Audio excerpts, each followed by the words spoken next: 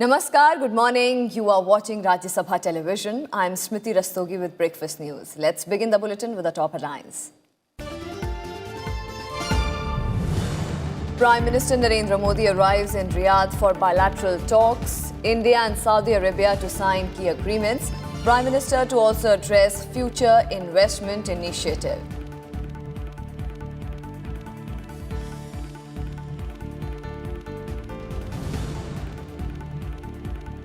European Union MPs to visit Jammu and Kashmir to witness Valley's ground situation firsthand since abrogation of Article 370. Prime Minister says a visit will give clear view of development and governance priorities in the region.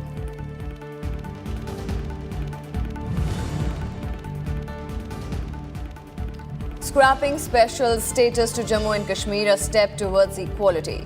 Vice President M. Venkaiah Naidu tells EU delegation, resolution received Parliament's unequivocal mandate.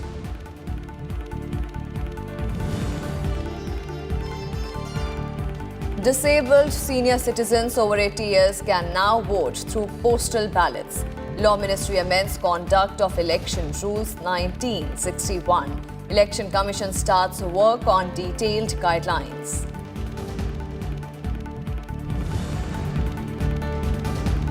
On Bhai Dooj, festival that celebrates bond between brothers and sisters, Delhi Chief Minister Arvind Kejriwal announces free rides for women on public buses from today.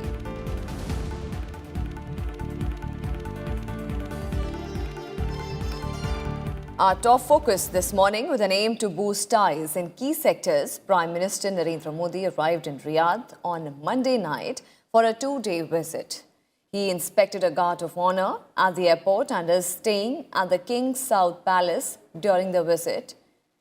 After arriving in Riyadh, Prime Minister Narendra Modi tweeted that the visit is aimed at strengthening the ties with a valued friend. The Prime Minister has a packed schedule for the 2 days.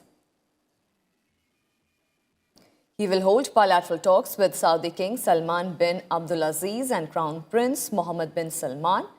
Both sides will sign a number of agreements in several key sectors, including oil and gas, renewable energy, and civil aviation, to bolster their ties. The two sides will also sign an agreement to establish a strategic partnership council to coordinate on key issues. The council will be headed by Prime Minister Narendra Modi and the Crown Prince, and it will meet every 2 years. He is also slated to deliver the keynote address under the title, What's Next for India at the Future Investment Initiative, where he will speak on India's economy, its challenges and opportunities for equitable growth and prosperity. In a departure statement on Twitter, Prime Minister said, Saudi Arabia and India are working together in a wide range of sectors, notably energy, security, trade and culture. The visit will add strength to our bilateral relations. He noted that defense, security, trade, culture, education, and people-to-people contacts are the other important areas of bilateral cooperation with Saudi Arabia.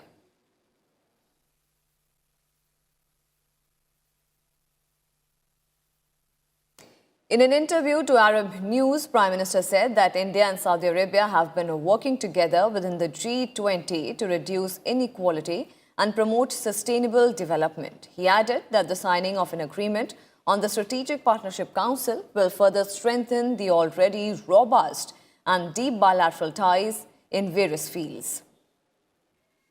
Saying stable oil prices are crucial for the growth of global economy, he praised the kingdom's role as an important and reliable source of India's energy requirements. In a message to Indian community living in the Gulf country, Prime Minister expressed confidence that the community will further contribute to the strengthening of historic ties which are based on people-to-people contacts over several decades.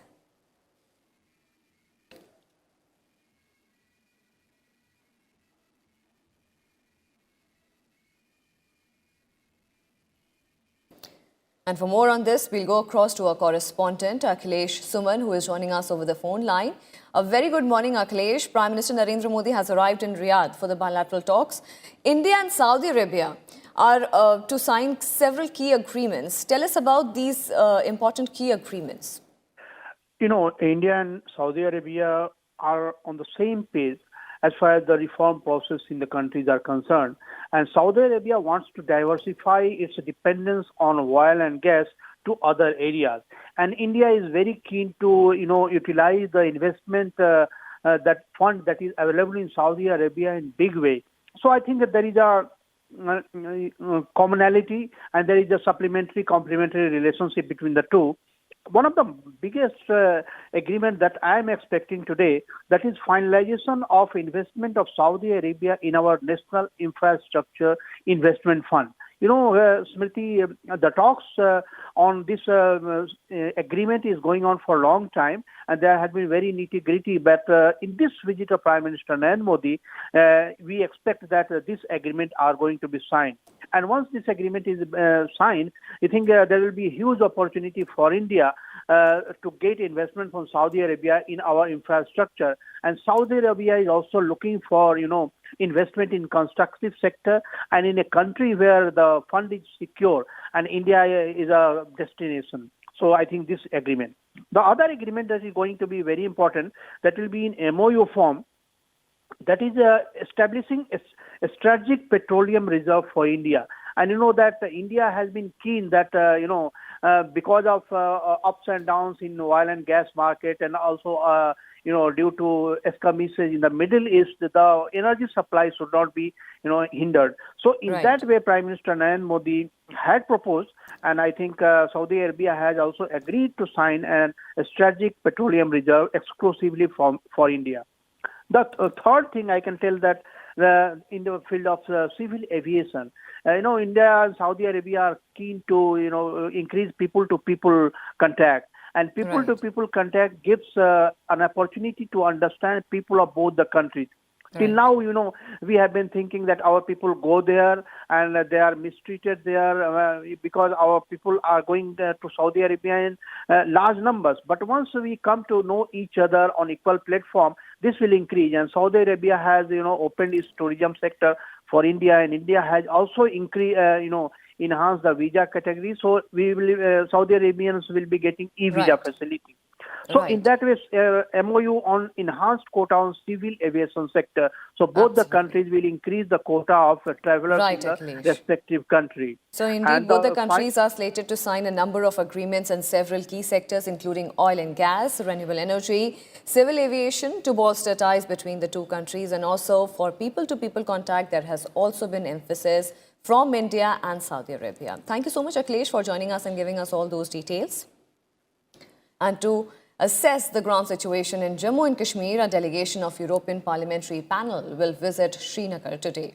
The delegation met Prime Minister Narendra Modi and National Security Advisor Ajit Doval in New Delhi on Monday, who briefed them about the situation in Jammu and Kashmir. Prime Minister Modi said that the visit will give MPs a better understanding of the cultural and religious diversity of the regions of Jammu and Kashmir. He added that the visit will give them a clear view of the development and governance priorities in the region. The BJP has welcomed EU MPs' visit to the state.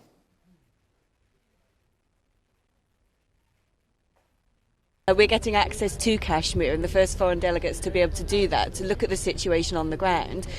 Of course, the UK is part of the Commonwealth of Nations, and we're absolutely adamant that we must try and maintain peace and unity between our various Anglosphere countries. And so it's good to be able to go to Kashmir, look at the geopolitical situation and be able to report back at home what we believe is going on there. It's a good opportunity for us to come here and first-hand hear what the situation is in Kashmir, how the changes are going to be affected, and also for us now to go into Kashmir as a foreign delegation and to be able to see first-hand for ourselves what is happening on the ground. We had a very good meeting with Mr. Modi. I thought he was a very impressive, intelligent, calm, thoughtful man, but very, very busy, of course, when you're running a country, such a big country and a big population. He gave us a very nice talk, but it was about many affairs of the world, climate change and modernisation and a roof and electricity for every Indian, and touched just a little bit on that we are going to visit Kashmir. any delegation, whether it is European Union's delegation, one can come and see the situation. Definitely, if European Union's delegation is coming, they should also go to the border areas. They should go to the areas adjoining LOCs, where Pakistani forces are repeatedly carrying the ceasefire violation, killing the innocent people. It is the Pakistan and Pakistani terrorists and the separatists, those are trying to create mess and anarchy in Kashmir Valley. People in Jammu, Kashmir and Ladakh are with India.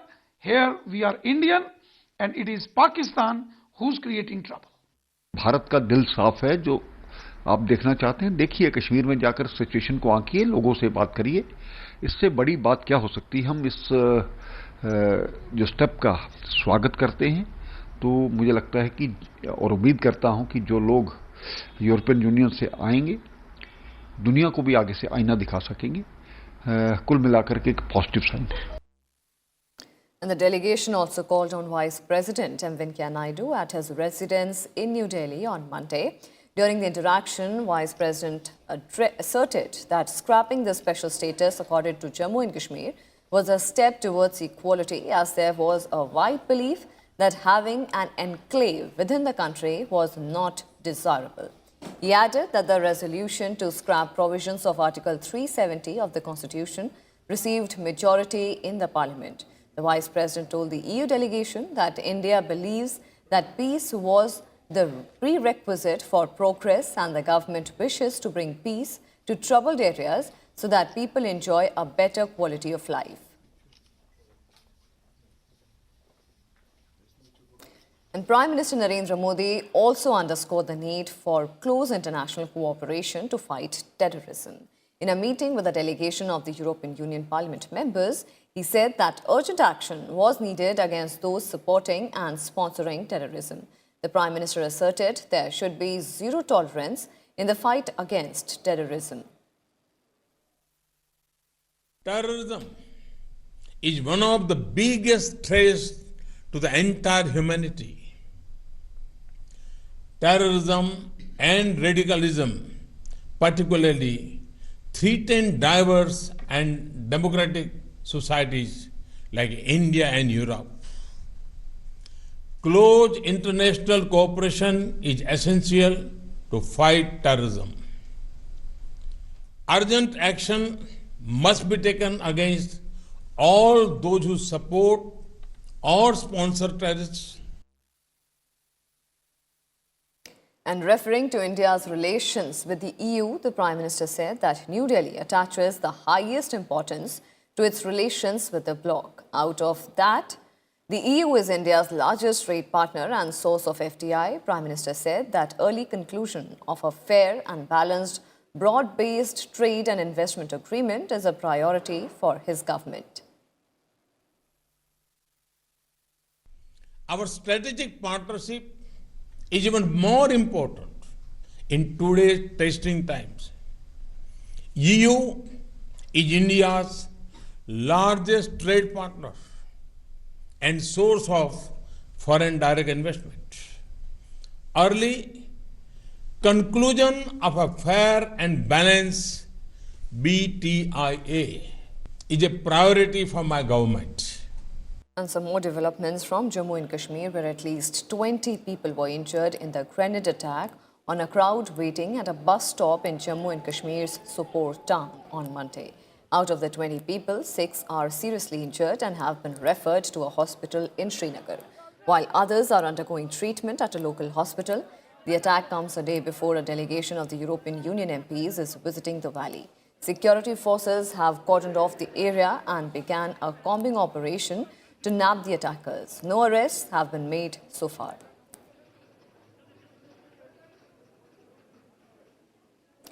Meanwhile, the board examinations for students of class 10th begins today across the Kashmir division. According to the officials, around 65,000 students will appear in the class 10th board exams, which will be held at 413 centres. All arrangements have been made for the smooth conduct of the annual board examinations in Jammu and Kashmir. A total of 1.6 lakh students will appear for the class 10th and 12th board exams at over 1,500 centres across the Kashmir.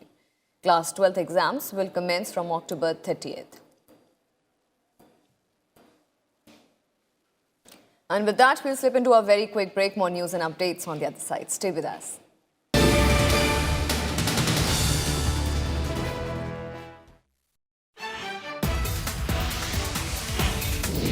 On this edition of India's World, we will analyze the bilateral ties between India and Saudi Arabia. The Indo-Saudi relations now I think have matured. I mean, not only regular meetings at the foreign ministry level and also national security advisors level, but also at the political level. What would this strategic partnership mean in terms of not only defense but also in terms of intelligence, in terms of counter-terrorism, an understanding of terrorism? We maintain a set of bilateral relations and we make it very clear that we will not take sides in their disputes with each other.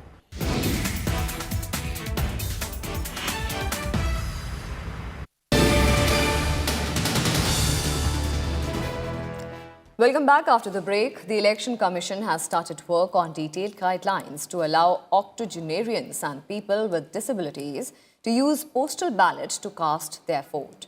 The move comes days after the Law Ministry amended conduct of election rules, allowing absentee voters of essential services, senior citizens of more than 80 years of age, and people with disabilities. The move will enable people from these two categories to cast their votes with ease and increase the voter turnout. The planned guidelines will include the identification of such voters, the manner of outreach, the method of collection, as well as the voting in the specified centres in each constituency.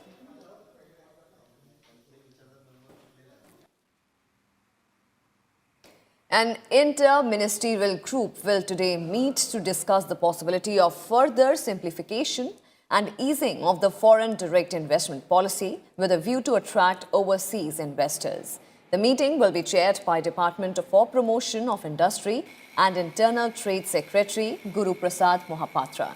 The entire exercise assumes significance as the department is holding series of internal meetings with different ministries and departments to look at sectors where more liberalization of the FDI policy is possible.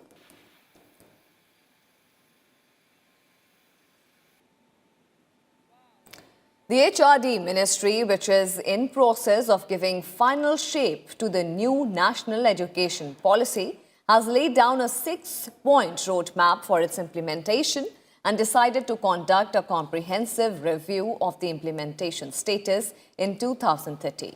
The ministry has decided that yearly joint reviews of the progress of implementation of the policy in accordance with the targets set for each action will be conducted by a designated team and the corresponding state body. The 6 points were outlined after some state governments and stakeholders raised concerns about the NEP draft. And some more developments. President Ram Nath Kovind will present the National Corporate Social Responsibility Award to select committees for their outstanding contribution in the area of corporate social responsibility in New Delhi today. The awards have been instituted by the Ministry of Corporate Affairs to recognize corporate initiatives in the area of CSR to achieve inclusive growth and sustainable development. 19 companies have been selected from a total of 528 entries. These awards are the highest government recognition in the domain of CSR.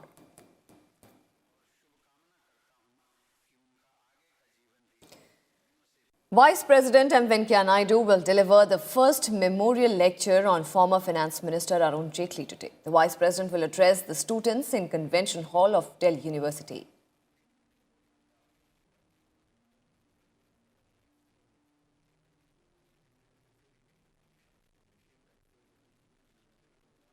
And now let's talk about the news related to environment and climate change.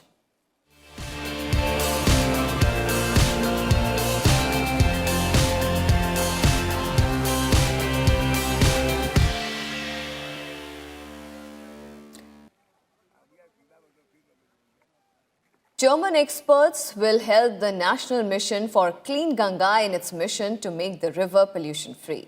The experts will also assess the state of the laboratories run by Uttar Pradesh Pollution Control Board or the UPP-CP and suggest ways to upgrade them. The NMCG has signed an agreement with the National Meteorology Institute of Germany to assess and improve the UPP-CP laboratories. The German experts have already suggested ways to standardize sample collection procedures, sample testing and management of data, along with measures to upgrade lab equipment.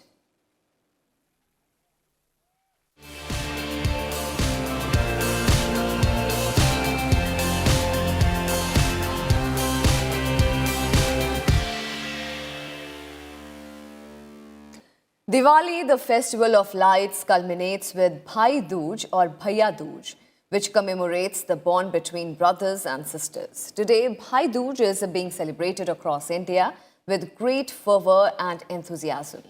On Bhai Dooj, sisters apply tilak or tika or vermilion on the foreheads of their brothers and pray for their prosperity. Sisters also fast and prepare delicious food items for their brothers and eat after feeding their brothers. The brothers in return give gifts to their sisters and promise to protect them. This year, the festival can be celebrated till 5:34 p.m. Meanwhile, on the occasion, Delhi Chief Minister Arvind Kejriwal has announced Bhai Dooj gift. Women in Delhi will get free rides in public buses and cluster scheme buses from Tuesday, as the Aam Aadmi Party government is all set to fulfill its promise months ahead of the assembly polls in the national capital. As per the plan, conductors will distribute pink tickets having face value of 10 rupees each to women passengers for free travel. The government will then reimburse the transporters based on the number of such tickets issued. There are around 3,700 TTC buses and 1,800 buses under the cluster scheme of Delhi Integrated Multimodal Transit System.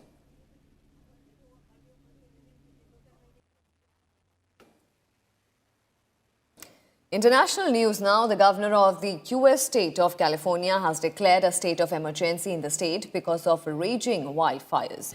Around 50,000 people were ordered to flee their homes as a fast-moving wildfire driven by high winds erupted and raged out of control. The blaze has burned several homes and structures and forced the closure of a major highway and a number of roads. About 2,000 fire personnel were assigned to battle the wildfire, along with other smaller fires in Northern California.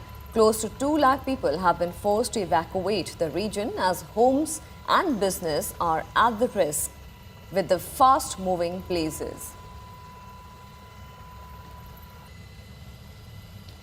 And with that, it's a wrap on this edition of Breakfast News. Thank you for watching. Namaskar.